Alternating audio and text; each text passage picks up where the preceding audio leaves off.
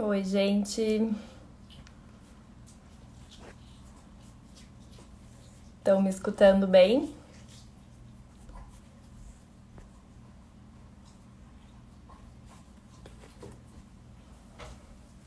Estão me respondendo oi, então estão. Ó, a Cláudia chegou. Cláudia, manda o linkzinho aqui para eu aceitar.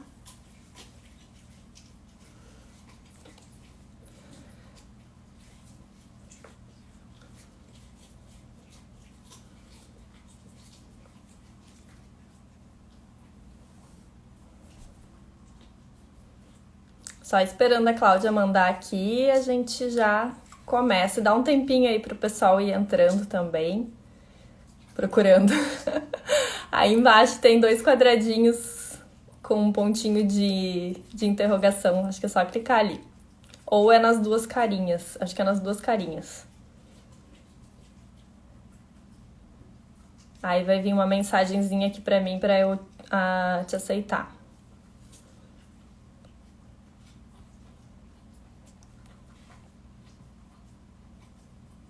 Deixa eu ver se eu não consigo fazer daqui. Vamos ver. Cadê a Clau? Acho que vai.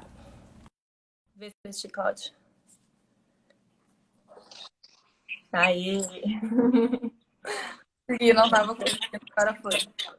É, tem duas carinhas ali que eu acho que é pra compartilhar a tela. Aí tu clica ali e pede pra entrar na live. Sim. E aí, Cláudia, tudo bem? Tudo Tudo certo, certo? curtindo o friozinho. Sim. Acho que já dá pra gente ir começando, né? Já deu uns 2 minutinhos pro pessoal começar a entrar. Nós Aham. estamos com um número que normalmente é o número de pessoas que participam.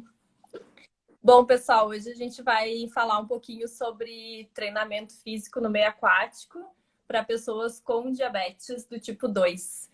E quem vai conversar comigo vai ser a Cláudia. A Cláudia é doutoranda do grupo, né, do GEPAT, é aluna do professor Cruel. E ela vai falar um pouquinho, né, sobre a história dela, o histórico dela dentro desse tema.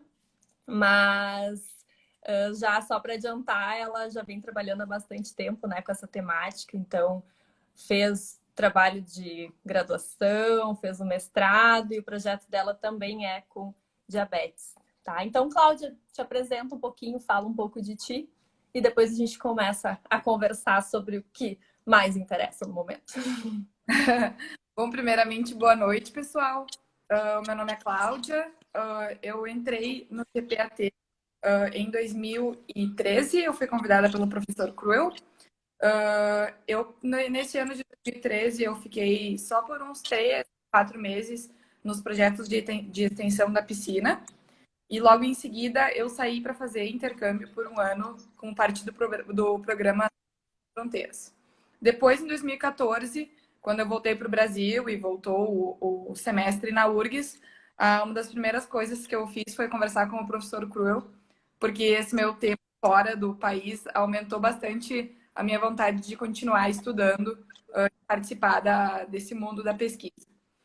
Bom, e nesse tempo, então, eu fui apresentada ao professor Rodrigo Delevati, que hoje é professor adjunto na Universidade Federal de Santa Catarina. Na época ele era doutorando do grupo. E aí a gente começou a participar do subgrupo que estudava mais a fundo os efeitos do treinamento físico no tratamento de diabetes tipo 2. Então, um tempinho depois a gente começou com os projetos de treinamento, com os projetos de extensão, que eram focados para pessoas com diabetes tipo 2.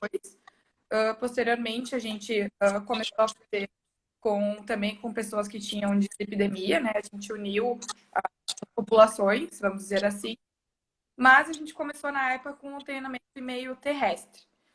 Bom, acho que mais ou menos aí começou a história, depois fui começando a participar dos artigos, na graduação já comecei a escrever algumas coisas, no meu TCC e mestrado, e agora estamos no doutorado aí.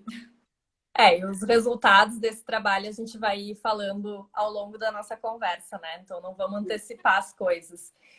Bom, Então, para a gente começar essa conversa, né, pensando que o público que nos assiste vai desde aluno da graduação até professores, eu acho que é importante tu dar uma contextualizada, né? Parece meio básico, mas acho que é importante tu contextualizar a doença e também falar um pouquinho de algumas variáveis, alguns desfechos, que depois a gente vai falar lá nos estudos, e então a gente precisa deixar isso aqui um pouco mais claro para que a gente consiga interpretar melhor o que a gente for falar depois. Então, Claro. começamos por aí. Eu vou tentar explicar algumas coisas de uma maneira mais simples, mas qualquer coisa o pessoal pode mandar perguntas pelo Instagram mesmo. Eu Bom, vou, na medida do possível, eu vou anotando as perguntas, tá? E a gente vai tentar ir respondendo ao longo da live. Se não der, a gente deixa para o final e a gente daí continua, né, a responder. Falaram que congelou a imagem, para mim tá tudo ok. para mim também. Tá falhando um pouquinho, mas não é nada que não dê para entender, pelo menos para mim. Para mim tá bem bom. Então, se alguém mais faz um ok aqui para nós. Então tá. Então, continuamos. Bom, pessoal, então, contextualizando, né, o diabetes é uma das doenças mais comuns em todo o mundo, sendo que o diabetes tipo 2, que é o que a gente vai tratar hoje, ele se refere a 90 a 95% dos casos. O diabetes tipo 2, ele tem como característica principal a hiperglicemia, né, os níveis altos de glicemia na corrente sanguínea. Ele principalmente ocorre pela perda progressiva da função e da massa das células beta do pâncreas, que são as células responsáveis pela secreção, então, da insulina, né? Então, a pessoa que desenvolve o diabetes tipo 2, inicialmente, ela não consegue utilizar o hormônio insulina de maneira eficiente, causando, então, a hiperglicemia. O que pode ocorrer ao longo do tempo, se a doença não é bem controlada, se não tem um cuidado rigoroso da doença, é que com o tempo a pessoa pode não produzir mais o hormônio insulina. Então, quando isso acontece, já parte para um avanço da doença, né? Que tem relação com um quadro metabólico de síndrome metabólica, né? O diabetes tipo 2, ele geralmente está acompanhado de sobrepeso, obesidade, muitas vezes tem algumas comorbidades, né? Alguns problemas de saúde, como hipertensão, dislipidemia, né? O descontrole do colesterol, inflamação sistêmica e assim por diante. Então, o diabetes tipo 2, hoje, ele é uma das doenças que mais crescem ao redor do mundo, né? E no Brasil, a gente também está com uma preocupação bastante grande, porque essa doença, ela acarreta em bastante gastos, né, para o governo e para os sistemas de saúde. Acho que principalmente é isso em relação ao diabetes. Então, hoje em dia a gente tem no mundo, né, tanto em outros países como no Brasil, algumas agências governamentais, né, alguns órgãos que são os responsáveis por ter as recomendações mundiais para o cuidado da doença, né? Então, entre essas recomendações, eles explicam que o treinamento físico é uma das principais pilares para o tratamento da doença. Então, ele é capaz de melhorar não só os níveis de glicemia, como também o quadro metabólico de forma geral dessas pessoas. Uhum. E dentro dessas recomendações, o que eles falam sobre o exercício físico em si? Porque a gente sabe que para o tratamento da diabetes seriam 3 pilares, né? Que é o medicamento, né? A alimentação e o exercício físico. Mas o que eles falam em relação ao tipo de treinamento, né? As modalidades, para depois a gente pensar nisso para o meio aquático. Sim, eu acho que principalmente, né, é importante eu citar, inclusive, que hoje em dia, inclusive saiu há pouco tempo os últimos guidelines da Associação Americana de Diabetes, que é o principal órgão mundial, vamos dizer assim, sobre os cuidados para o diabetes. E eles explicam que a gente tem que ter, o paciente com diabetes, ele tem que ter um cuidado geral, né, na vida.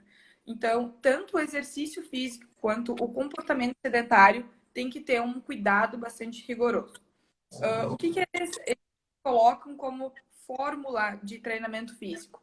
Eles explicam que pelo menos 150 minutos semanais de exercício físico aeróbico precisa ser feito pelos pacientes com diabetes tipo 2.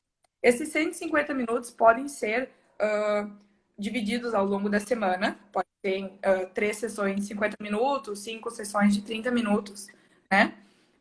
Mas eles explicam que é importante tentar não manter mais do que 2 dias na semana sem exercício, para conseguir manter, né, uma queda na glicemia, ou então um controle da glicemia, para que ela não suba por muito tempo. Porque essa manutenção dos níveis de glicemia considerados saudáveis, hoje já é encontrado que eles duram após exercício por até 48 horas. Então, isso é importante. Quanto à modalidade de treinamento, né, eu expliquei agora que os 150 minutos semanais, eles se referem ao treinamento aeróbico, né? Mas eles também explicam que é importante fazer o treinamento de força. Já foi encontrado na literatura, por exemplo, que pessoas com diabetes tipo 2, quando comparadas com pessoas que têm a mesma idade, elas têm níveis de força muscular. Então, é um ponto bem importante. E o treinamento de força, então, passou a ter uma maior atenção, né? Sendo que as diretrizes de treinamento agora incluem pelo menos duas sessões semanais de treinamento de força, quando não é desaconselhado pelo médico, né? Quando não tem quando pode gerar nenhum prejuízo para o paciente. E também existe o treinamento combinado, né? Que é o treinamento que une essas duas modalidades, que no momento, através das meta-análises, se mostrou o mais eficiente no controle da doença. Outra coisa importante também sobre o treinamento é que não só a modalidade ou essa fórmula mágica de 150 minutos é importante, né? Tem que tomar um cuidado no volume de treinamento, na intensidade e também na progressão do treinamento, né? Que é uma coisa que a gente acabou investigando mais a fundo durante o meu TCC. Tá. Então, assim, basicamente na Terra, né? Então, nas orientações, né, da Associação Americana de Diabetes, eles falam da importância do exercício aeróbico, né? Mas também da importância de se colocar o treinamento de força, de preferência, né? Pelo menos 2 sessões por semana. E essa questão do treinamento combinado, ela também está nas orientações ou são estudos que vêm mostrando que a importância do treinamento combinado, que também vem a melhorar o perfil glicêmico? Como é que está isso em relação ao que é publicado, os estudos e o que está lá nas orientações? Nas orientações, ela está escrito tanto o treinamento aeróbico quanto o treinamento de força. Eles muitas vezes eles não dizem explicitamente o treinamento combinado. Mas a partir do momento que tem tanto treinamento aeróbico e o de força, a gente pode dizer que a orientação geral é as pessoas fazerem o treinamento combinado. Mas muitas vezes o que pode acontecer é que a pessoa com diabetes tipo 2 pode ter uma contraindicação médica de fazer força. Por isso que eles têm bem claro, o treinamento de força é recomendado de 2 a 3 sessões mais para exercícios que incluem grandes grupos musculares, né? Mas que desde que não seja contraindicado. Então tem que ter um cuidado, por causa que muitas das pessoas podem ter algum problema cardiovascular, imprimir algum problema ou risco para a saúde, né? Entendi. E em relação à questão de intensidade, volume, progressão, o que tem sido visto assim na literatura para prescrição de treinamento em geral, não entrando ainda na questão da água, né? Sim. O que foi encontrado por enquanto é que os treinamentos que tem, isso em relação ao treinamento aeróbico, né, que tem uma duração semanal de 150 minutos ou mais, são realmente os mais efetivos no controle da doença. Tá? Então, precisa de um volume bom. Um volume grande. O volume é bastante importante nesse sentido, tá? Em relação ao treinamento de força, o que foi relacionado é que o volume ou o número de séries do treinamento de força para o treinamento combinado, né? Dentro do treinamento combinado, é o que está mais relacionado com as melhoras da doença. Eu acho importante eu frisar, eu digo melhoras da doença, é que isso é principalmente no controle glicêmico, tá? Principalmente Na hemoglobina glicada. A hemoglobina glicada, junto com a glicemia de jejum e com a resistência à insulina, né? Ela reflete, a hemoglobina glicada, especificamente, reflete o nível de glicemia sanguínea nos últimos 3 meses. Então, ele dá uma variável, nos dá uma noção ao longo do tempo de como é que está esse controle glicêmico do paciente. E não é uma medida pontual, né? Que nem a glicemia. Porque a minha glicemia ela pode estar hoje alta porque eu comi um monte de doce hoje à tarde, né? O que é normal, inclusive. Mas a hemoglobina glicada não, né? A hemoglobina glicada ela dá um parâmetro um pouco mais real. A glicemia de jejum, ela muitas vezes ela pode ser influenciada pelo que a gente comeu nas últimas 24 ou 48 horas, né? Já a hemoglobina glicada, ela é uma variável que ela reflete ao longo do tempo como é que está esse controle glicêmico. Por essa ser uma das principais variáveis, então, os estudos que investigam treinamento físico, geralmente eles focam nessa variável, né? Na hemoglobina glicada. Porque ela tem muita relação com o controle glicêmico e também está associada às complicações da doença, né? Entre essas complicações, a inflamação sistêmica, problemas cardiovasculares e até relação à qualidade de vida, né? E também a glicação de vários tecidos, né? Que pode levar a várias outras complicações bem importantes, né? E, Cláudia, só assim, mais um parênteses, né? Eu acho que a importância, além do exercício físico, em toda essa questão do perfil glicêmico, também tem toda a questão inflamatória, né? Que melhora, tem toda a questão cardiovascular, né? De condicionamento, de força. Então, acho que além, né, da hemoglobina glicada e do perfil glicêmico como um todo, né, os estudos também vêm buscando mostrar outras questões que, como tu disse, podem vir a melhorar a qualidade de vida e outras variáveis que são bem importantes, né? O que está acontecendo no mundo, né, que a prevalência da doença, ela aumenta não só por novos números de casos, mas porque como as pesquisas estão bem avançadas hoje em dia, a gente consegue ter um cuidado melhor com essas pessoas, né, que são acometidas pela doença. Então, as pessoas estão conseguindo viver por mais. O que é uma coisa muito boa, claro, mas não somente os exames sanguíneos são importantes, né? Por exemplo, o funcionamento cardiorrespiratório e a força, eles estão muito relacionados com causas de morte por todas as causas, por saúde cardiovascular, por mobilidade funcional, por exemplo, atividades de vida diária básicas, como ir e voltar do supermercado, né?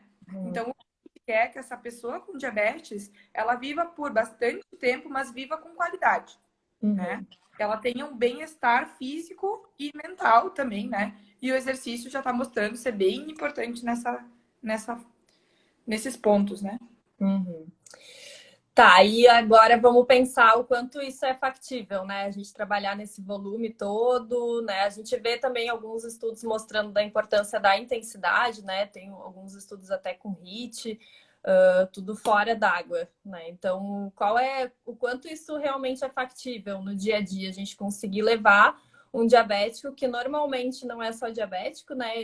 Ele vem o combo todo da síndrome metabólica, né? Normalmente ele é obeso, já tem problemas osteomusculares, então o quanto isso é factível no dia a dia, né? Na nossa área, principalmente, que é do treinamento físico.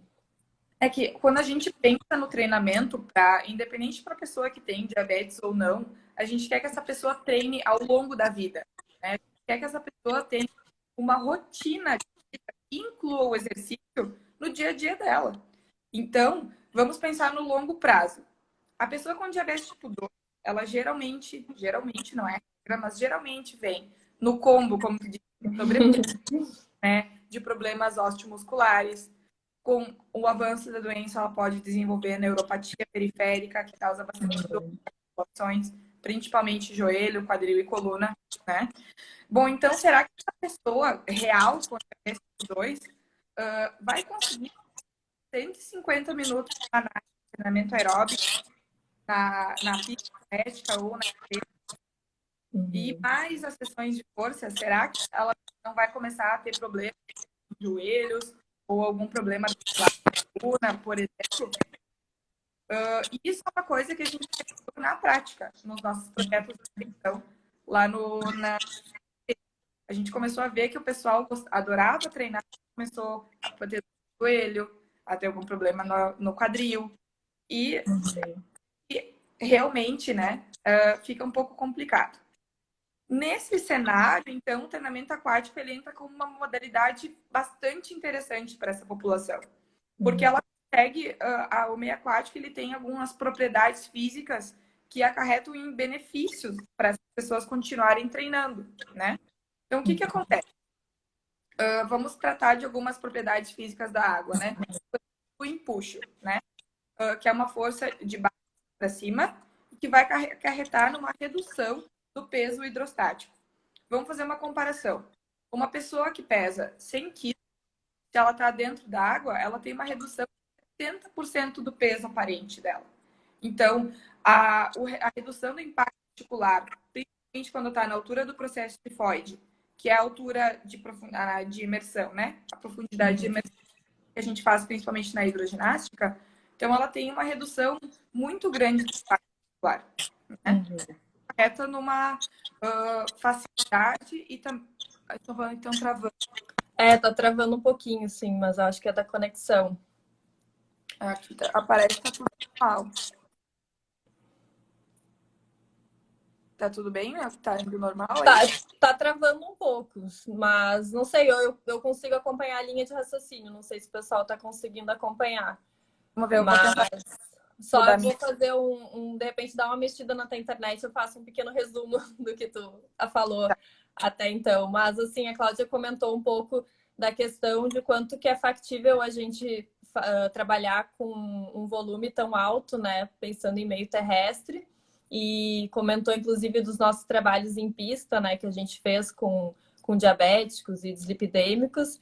E acaba que muitas vezes a gente tem as lesões, né, incluídas nessas modalidades.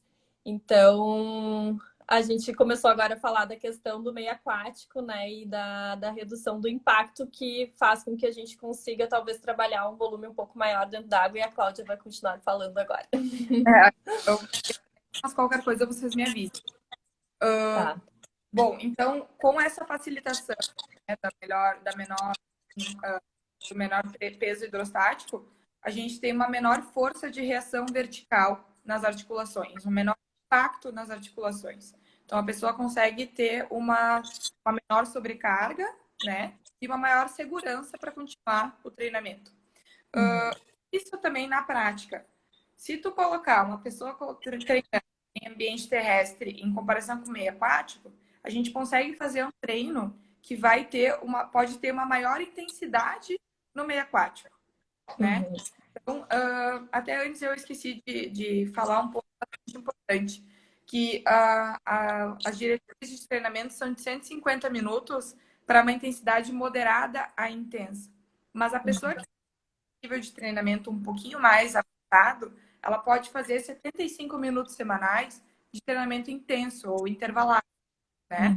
Então, o treinamento aquático ele vem a facilitar essa manipulação do treinamento. Outra propriedade física da água importante é a termocondutividade, né? No ambiente aquático, a gente tem uma facilitação da perda de calor. O que eu quero dizer com isso? Quando a gente está caminhando, correndo, fazendo exercício na rua, a gente perde bastante líquido através do suor. A gente tem uma perda hidroeletrolítica, né? No ambiente aquático, a gente não sua, a gente perde calor por condução e convecção. Não é por evaporação como no ambiente terrestre. Então, isso acarreta numa menor necessidade de redistribuição de sangue da região central para a periferia, né? Para as pernas e para os pés, né? Para a parte dos membros inferiores, principalmente. Essa não perda, essa falta de perda eletrolítica, ela acarreta numa supressão do sistema renina-angiotensina, que é um sistema hormonal bastante importante e que está relacionado à inflamação sistêmica, está relacionado com níveis de pressão arterial, aumento da pressão arterial. e também está relacionado, né, com a melhora da secreção e da sensibilidade à insulina. Então, é bastante importante que a supressão do sistema renina-angiotensina, desculpa, seja realizada com essa população, né? Sim. Então, tu Por falou basicamente de já dois bons benefícios do meio aquático, né? A questão do impacto reduzido, que a gente já ouve isso há bastante tempo, né? Mas a ideia aqui é pensar no impacto reduzido no propósito de a gente conseguir alcançar as diretrizes, né, em relação ao volume ou mesmo intensidade do treinamento. E isso. também a questão da termocondutividade, porque a gente tem um aumento do volume de sangue na região central, que faz uma série de ajustes fisiológicos ali, e dentre eles a supressão do sistema renina-angiotensina, né? E entra, no caso também entra a pressão hidrostática, né? Isso é o que eu ia chegar agora. Ah, A pressão hidrostática é a ação que a água aplica sobre toda a superfície corporal, né? Entre os benefícios que a pressão hidrostática pode trazer, a gente tem uma supressão de hormônios vasodilатadores, né? Enquanto a gente tem uma liberação de hormônios vasodilатadores.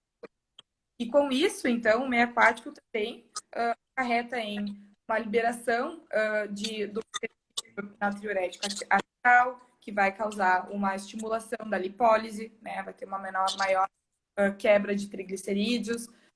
O sistema renina-angiotensina também está relacionado com essa cascata hormonal, que vai beneficiar o paciente com diabetes tipo 2, né?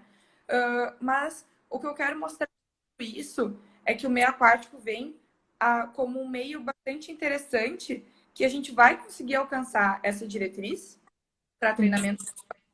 E além disso, algumas pesquisas que já foram feitas, inclusive uma dessas, a professora Ana é a autora principal, a gente consegue ter força, né, com a modalidade de treinamento aeróbico, principalmente com o jogging, né, water running, que é a corrida em piscina funda, em que a gente tem uma grande amplitude de movimento e consegue encontrar um aumento de força muscular com o treinamento aeróbico. Precisa ter uma parte do treinamento focada na força para ter esse ganho de força. e a gente tem esses resultados também na hidro, né? No trabalho de doutorado da Rochelle, a gente encontrou melhoras na força com a hidroginástica. E também no trabalho da Paula Zaffari, de mestrado dela, também a gente encontrou melhoras na força com o treinamento aeróbico, né? Então, tanto na hidro quanto no então, DIP, né? Na corrida em piscina tem funda, esse benefício, a gente tem uma... Opa, travou. Agora voltou. Tinha travado e acho que a gente estava falando juntas. Mas só para resumir da questão, então, de que o treinamento aeróbico ele pode melhorar a força, né? Tanto com a corrida em piscina funda quanto na hidroginástica. E, e a Stephanie está dizendo que lá em Pelotas também. E o Rodrigo está falando, sim, em diabéticos também, né? No estudo dele também teve melhora de força muscular. Né? Então, independente, né? O meu estudo foi com idosos, mas a gente também vê isso em outras populações. Inclusive, tem espessura muscular, até comentou ali.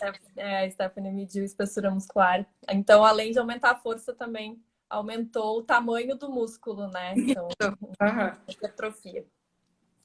Bom, onde paramos? A gente estava falando, então, dos benefícios do meio aquático, né? Então, começou a chamar a atenção, né, do nosso grupo e também de outros grupos de pesquisa ao redor do mundo. Bom, será que o treinamento em meio aquático ele é tão bom assim? Será que ele pode realmente, na prática, né, trazer esses benefícios para essas pessoas? E aí, junto com o Rodrigo, no mestrado dele, a gente foi começado a investigar, então, qual que é o benefício que esse meio aquático pode acarretar. Então, em 2016, a gente foi publicado o primeiro artigo com o mestrado dele, né? Em que ele fez uma comparação, né, no treinamento aeróbico em meio terrestre e em meio aquático.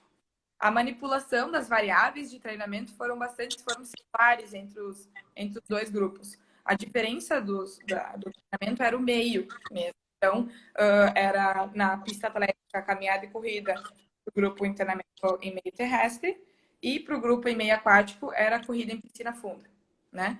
Os treinamentos duraram 12 semanas, tiveram 35 minutos de parte principal de treino. E teve um resultado bastante interessante, porque as melhoras, tanto na glicemia quanto nas variáveis de lipídicas, inflamação sistêmica, atividade da renina plasmática, entre outras também facilidades, entre outros benefícios, né? Foram bastante similares entre os grupos.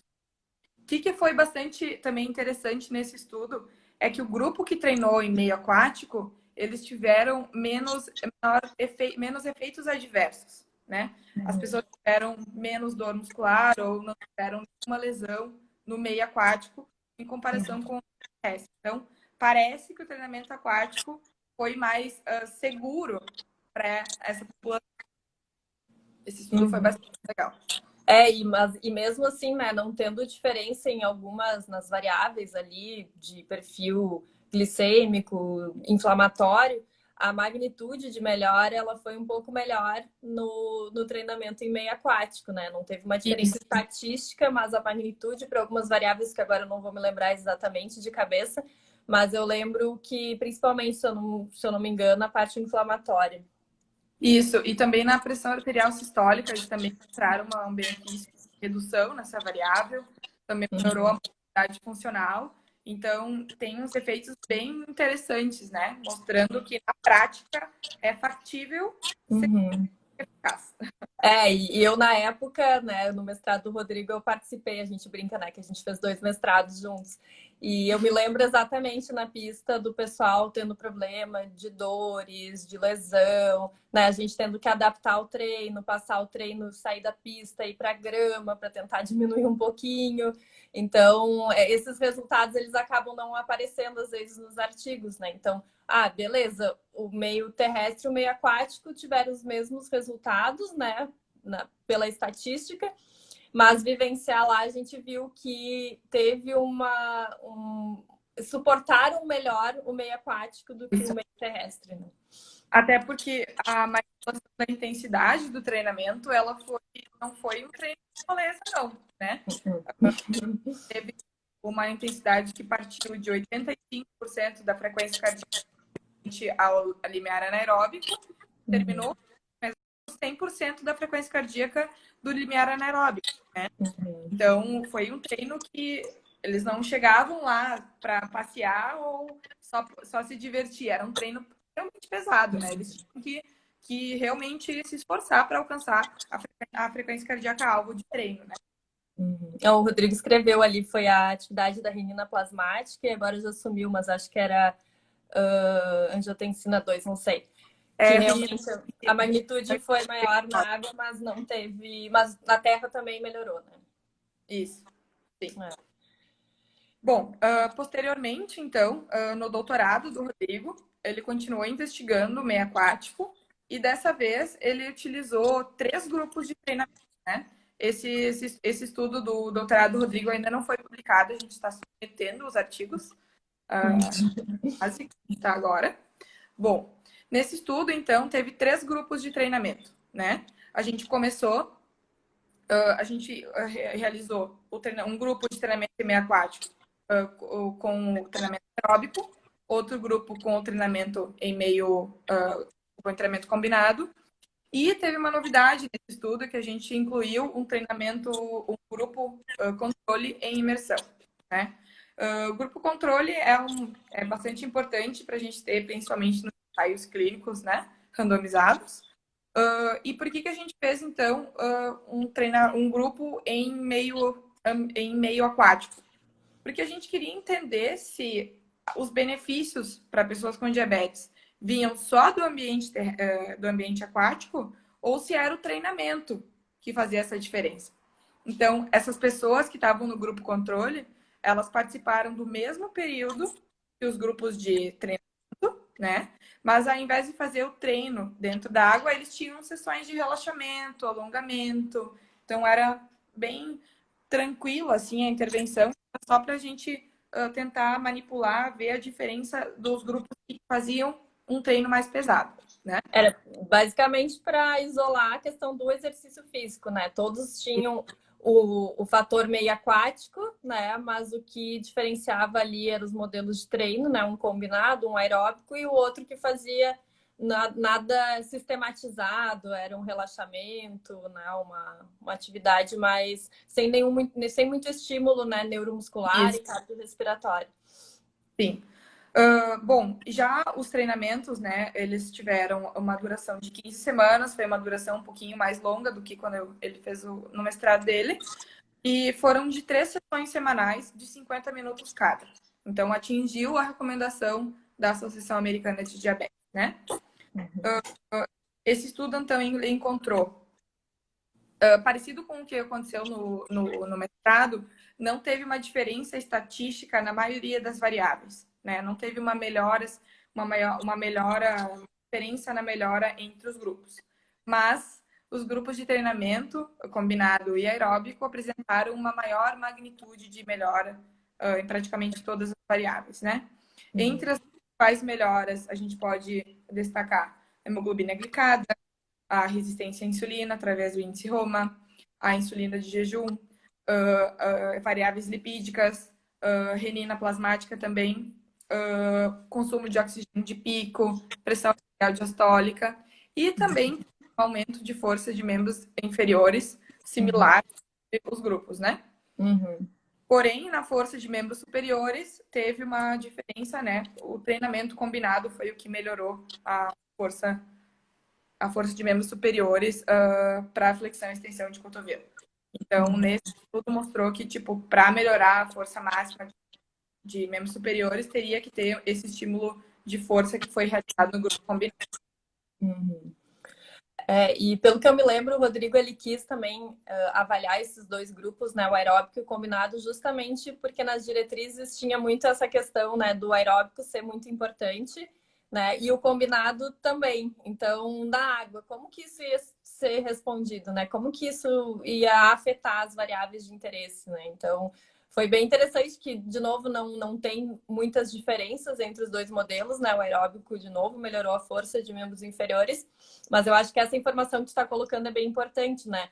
Porque a força de membros superiores também é muito importante, né? E aí isso apareceu no combinado, porque no combinado tinha um bloco, né, específico de força para membros superiores. Quem quiser depois ver mais detalhes ali em relação à periodização e os exercícios utilizados, pode dar uma olhada na tese do Rodrigo, né? Lá no perfil do CRU eu agora tenho o linkzinho para a planilha que vai levar lá para o Lume, que é o repositório da URGS, e aí pode ver a tese completa. A Stephanie está perguntando sobre as respostas do grupo controle, se melhorou alguma coisa. As melhoras foram significativas para todos os grupos de intervenção, mas teve uma melhor magnitude de melhora para os grupos com treinamento físico, né? Com a periodização de treinamento físico mais propriamente dita. O Rodrigo respondeu ali para ela, não foi em todos os desfechos, né? Mas teve uma melhora. Então, realmente, existe um efeito do meio também, né? Em alguns desfechos clínicos. Então, só a imersão, muito não, né? Mas por causa de tudo aquilo que a Cláudia falou, das questões das mudanças, né? Com a imersão, as mudanças fisiológicas do corpo, podem levar a longo prazo a mudanças também no perfil, né? De saúde desses indivíduos. Mas tem um ponto bastante importante da gente, para quem não conhece onde fica o centro natatório da ESEF, ele fica bem no fundo do campus. Então, parece que a pessoa que entra no campus, ela já tem quase, vamos dizer assim, quase meio quilômetro de distância caminhada, mais, né? Para chegar lá no centro natatório. Então, a gente também pensa, né? A gente reitera que essas melhoras sofridas no grupo controle também pode ter uma relação com o nível de atividade física, né? Que a pessoa acaba tendo uma maior movimentação 3 vezes semanais da casa dela, muitas vezes pegando ônibus e também se movimentando da entrada do campo até o centro natatório. De escada para subir a piscina. Então, tudo isso acarreta a um maior nível de atividade física, né? Não... É isso, eu ia dizer isso. Ó, teve um aumento do nível de atividade física, né? Pode ter tido em função de estarem participando também do grupo controle. Isso. Mas aí o Rodrigo escreveu, eu achei interessante, né? Imersão é melhor do que ficar parado, né? Então, só entrar na água já é um efeito positivo, né? No trabalho da Rochelle, já vamos mudar um pouquinho de assunto, mas no trabalho de doutorado da Rochelle, a pressão arterial melhorou no grupo do controle, que também fazia só imersão, né? Então, já é um efeito bem positivo. Outra coisa também importante, tá? Tanto nesses estudos do Rodrigo quanto no estudo que ele fez no mestrado, é que a pessoa, quando ela insere nesses grupos de treinamento, né, tanto numa academia quanto nos nossos projetos de extensão, né, que a gente tem hoje, e também nesses projetos de pesquisa, é que ela acaba entrando numa comunidade, né? Ela faz parte de uma comunidade nova, que é os colegas que fazem exercício junto com ela, os professores. Tu acaba tendo uma maior motivação para participar, né, daquela atividade. Então, isso também vai até acarretar numa melhor qualidade de vida para essas pessoas, né? Que foi o que a gente encontrou em todos esses, na maioria desses estudos que a gente vê com aquático, nosso grupo, quanto outros que existem já na literatura. E a qualidade de vida das pessoas melhora. Então, ela acaba tendo uma motivação que vai acarretar numa aderência, né? Às vezes, entram nos nossos projetos e depois, quando acaba o período de treinamento, elas continuam treinando. Talvez na academia perto de casa ou tenta ingressar em algum projeto de extensão que a gente tem dentro da universidade. Eu acho que a característica das atividades aquáticas de serem em grupo, né? E de ser assim um grupo que começa lá no vestiário. É verdade. Eu acho que faz com que eles gostem muito da atividade, eles acabam aderindo mais à atividade e a gente realmente vê que as pessoas participam dos nossos projetos de pesquisa e depois querem vaga nos projetos de extensão para continuar praticando o exercício físico, né? Que isso ainda é mais importante do que tudo que a gente acha de resultados na nossa pesquisa, né? É mudar um estilo de vida e dar a oportunidade das pessoas conhecerem a modalidade e continuarem praticando, né? Isso mesmo. Eu acho que ainda temos uns 15 minutos. Eu queria que tu falasse um pouquinho do teu trabalho também, né? Sim. Teu mestrado, falar um o mais pouquinho do teu TCC. Vou começar pelo meu TCC ou já entro no meu mestrado? Tu que sabe, a ordem que tu achar melhor. Tá. Então, no meu TCC, a gente investigou se a progressão do treinamento teria algum efeito para melhorar o controle glicêmico das pessoas com diabetes tipo 2. O que eu quero dizer com progressão, né? A gente tem uma dosagem, né? Uma receita de bolo de 150 minutos semanais de treinamento aeróbico, de intensidade moderada e intensa, disseminados em pelo menos 3 sessões semanais, né?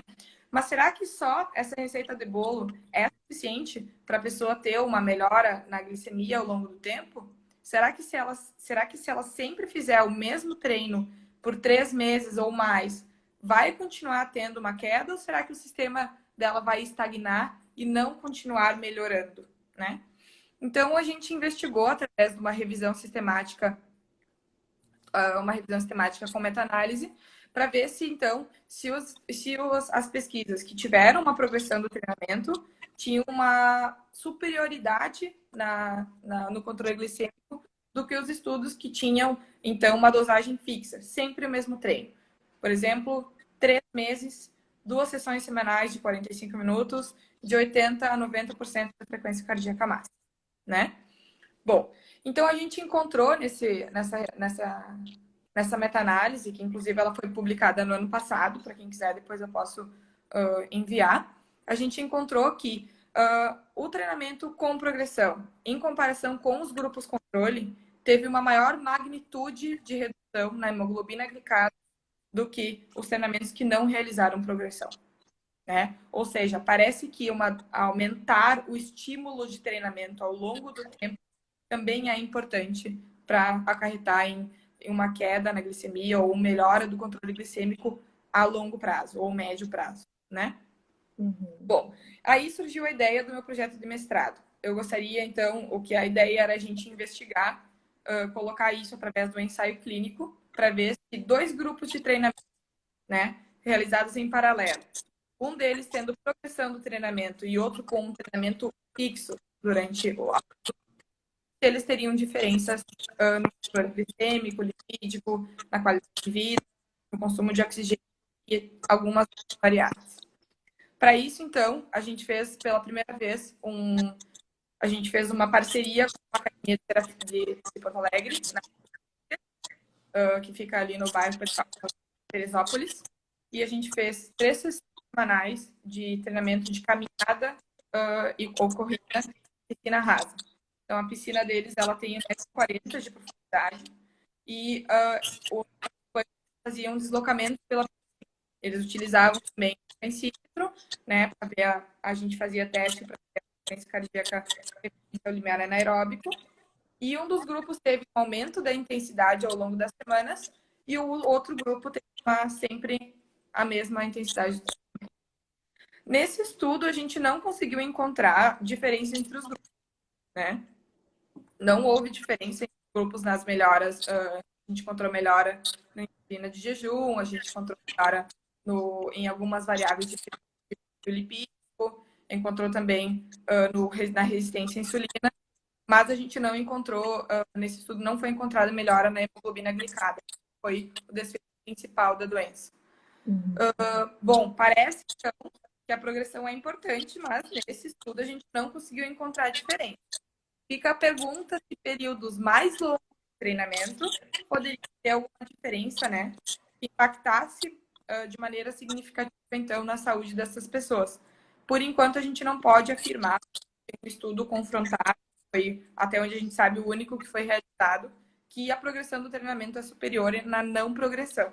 Então, ver no futuro como é que vai ficar. Sim. Muito bem. Tem 2 perguntinhas que mandaram aqui, eu anotei rapidinho. Uma delas é quanto tempo, mais ou menos, pelo que tu lê, pelos estudos que tu já participou, demora para ter alguma melhora nos valores de glicemia ou de hemoglobina glicada? Bom, na literatura, eu vou falar primeiro da hemoglobina glicada, né? Na literatura, a gente encontra estudos de 8 semanas que já reportam melhoras na hemoglobina glicada. Então, isso. Claro que isso tudo vai depender muito do tipo de treino, né? Então, acho que isso é importante até quem fez a pergunta, de repente, dar uma olhada nesses trabalhos para ver o que tipo de treinamento foi feito, que houve essa melhora, né? Quem foi a população, né? Idade, diabéticos, tinha outra comorbidade, que conseguiu essa melhora em 8 semanas, né? Sim. O importante é que a pessoa comece a treinar, né? Que ela tenha uma rotina de exercício e que esse treinamento seja com cuidado, né? Não inicie logo fazendo uma atividade muito grande, que comece de maneira mais simples e com o tempo vá aumentando em volume e intensidade para então atingir, né, essas diretrizes.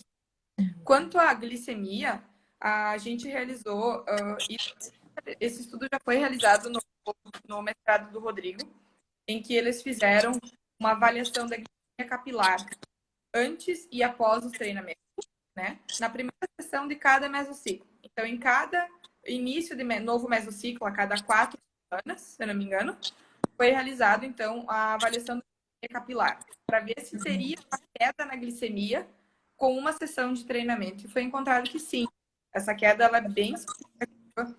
Inclusive, a gente fez isso também no meu mestrado, e a gente tem fotos assim, do glicosímetro com valores surpreendentes. Às vezes as pessoas com 150, 160 miligramas de miligramas de glicose sanguínea e terminando com 80, terminando com 90. Então, a queda não é via de regra, né? Não acontece sempre com todas as pessoas. Mas, na estatística, a gente encontrou uma queda significativa, né? Pequenas somas das sessões de treinamento nas quedas da glicemia Então, no final, né, no longo prazo, vão impactar na hemoglobina glicada. Uhum. Por isso que é importante não ter mais do que 2 dias sem treinamento. Uhum. Sim, como se fosse um remedinho, né? Vai tomando para ter o efeito crônico lá no final. Tem um Isso mesmo. estudo do Rodrigo também que avaliou essa mudança, né, da glicemia na sessão também na primeira sessão e na última sessão de cada mesociclo, né? Foi E na ele, primeira cada ciclo. Isso. mas eu acho que tem também da primeira para a última semana do mesmo mesociclo, porque daí Tá. ele via que na primeira semana tinha uma mudança grande, né, da glicemia, uma diminuição importante, e lá no final do mesociclo, digamos assim, quando o sujeito já estava adaptado àquela intensidade de treino, etc., essa mudança já não era mais tão grande. E aí a Sim. importância de tu aumentar a intensidade, porque daí na primeira sessão do outro mesociclo, essa mudança já foi maior de novo, né? Por isso que é Então, uma progressão, né? No isso, treinamento. entra na questão da progressão também que a gente estava falando anteriormente. E a Andressa, não sei se quer falar mais alguma coisa sobre isso. Não, tudo bem. A Andressa também está aqui na pergunta, né? A importância de avaliar a qualidade de vida e de sono dos pacientes diabéticos. A gente falou um pouquinho, mas acho que dá para fortalecer um pouco essa questão. Acho que a qualidade de vida, inclusive nas últimas crises que saíram agora da Associação Americana de Diabetes, eles estão, inclusive, dando uma atenção maior na qualidade. Eles chamam bastante bem-estar da pessoa com diabetes tipo 2, né? Então, tanto a qualidade de vida como a qualidade de sono, elas estão relacionadas com o estresse, né? O problema da doença, os problemas relacionados podem acarretar numa redução da qualidade de vida dessas pessoas. Então, melhorando as comorbidades, melhorando os sintomas, melhorando o estar físico, emocional e clínico, né? Vai acarretar numa melhor qualidade de vida para a pessoa viver melhor. E quanto à qualidade de sono, quando a gente dorme mal, a gente pode ter uma cascata biológica ou hormonal que vai acarretar, então, numa pior controle da anemia, né? Quando a gente dorme mal, por exemplo, a gente pode ter um nível de cortisol, né, que é um hormônio relacionado ao estresse, e níveis altos de cortisol estão intimamente relacionados com um mau controle glicêmico. Então, é importante que tenha esse cuidado, qualidade de sono está relacionado com muitas doenças metabólicas e com outras também problemas de saúde, né? Acho que só antes de passar para a Cláudia fazer a mensagem final dela da live, eu acho que eu queria dar uma mensagem também da importância de quando tu tem um aluno diabético, né, de tu ter esse contato, né, de ver os exames, de saber como é que está sendo a resposta dele, seja esse aluno dentro de uma turma ou seja esse teu aluno como personal, né, ter um acompanhamento de como que está a saúde dele, né? Ter esse contato com o médico, né? Com as possibilidades de exame para saber se o teu treinamento está sendo de fato eficaz, né? Para melhorar a saúde do teu aluno. Com E certeza. agora te deixo para fazer a mensagem final. A gente ainda tem alguns minutinhos. Se tiver mais alguma coisa para falar, se alguém quiser rapidinho ainda mandar alguma pergunta, bem rápido. Bom, pessoal, eu acho que a principal mensagem que a gente quer passar, né, com nós como educadores físicos, é promover, então, a atividade física na vida das pessoas, como parte da vida delas. Não só como um momento da vida em que eu ingressei numa academia, que eu ingressei numa rotina de exercício, né? Então, é importante que a pessoa tenha uma rotina que inclua, né, a atividade física no dia a dia dela. O meio aquático, ele traz bastante benefícios, né? Então, se puder treinar, ótimo. É uma atividade em grupo, vai acarretar também numa melhora na qualidade de vida, além da melhora metabólica e clínica da doença, né? Como mensagem principal, eu quero, mais uma vez, focar, né, nessa parte da importância de melhorar o bem-estar das pessoas, né? Que as pessoas começam a treinar e começam a melhorar a atividade de vida diária, são os pequenos detalhes. Eu melhorei, eu não tive mais dor nas costas, eu não tive mais dor nas pernas, eu tenho mais facilidade para voltar do supermercado com as compras na mão, eu não sofro mais tanto para subir as escadas da onde eu moro. Então, são pequenas coisas que vão melhorar na vida dessas pessoas e é muito legal ter esse feedback dos alunos. É bem interessante a gente saber que a gente pode, com pequenos pontos, pequenas mudanças na rotina, né, como diminuir também o comportamento sedentário, ficar menos tempo sentado, mais tempo em pé ou fazendo atividades do dia a dia que não acarretem em a gente ficar o tempo inteiro no sofá, vendo TV ou deitado. A minha mensagem principal é se mantenham ativos. Muito bem. Então tá, eu queria só fazer uma rápida correção que eu falei, o trabalho da Stephanie, na verdade, era o trabalho da Luana, né, que é a aluna das gurias lá em Pelotas. Cru escreveu aqui, importante também que o professor conheça a doença e as formas de tratar essa doença através do exercício. E justamente foi essa a ideia da nossa live, né? A gente apresentar bem rapidamente o que é a doença, né? Quais são os principais desfechos que a gente precisa se preocupar e também como, de alguma forma, prescrever e quais são as variáveis importantes, né, importantes da prescrição do treinamento no meio aquático. Se precisarem de qualquer outra informação dos trabalhos que a gente falou aqui, só falar com a gente no privado, aqui no Instagram do grupo, que a gente passa para vocês o link lá onde vocês podem encontrar esses estudos. Então, isso mesmo. Vamos finalizar. Quero agradecer a todo mundo que ficou nos assistindo. Semana que vem a gente tem de novo. Semana que vem a gente vai sair um pouco da água. E aí, daqui a pouco a gente já divulga qual vai ser a nossa próxima live. Obrigada, Cláudia. Foi ótimo. Eu que agradeço. Obrigada, pessoal. Obrigada por todo mundo nos assistindo e interagindo junto com a gente. Foi muito legal. Tchau, tchau. Tchau, tchau, pessoal.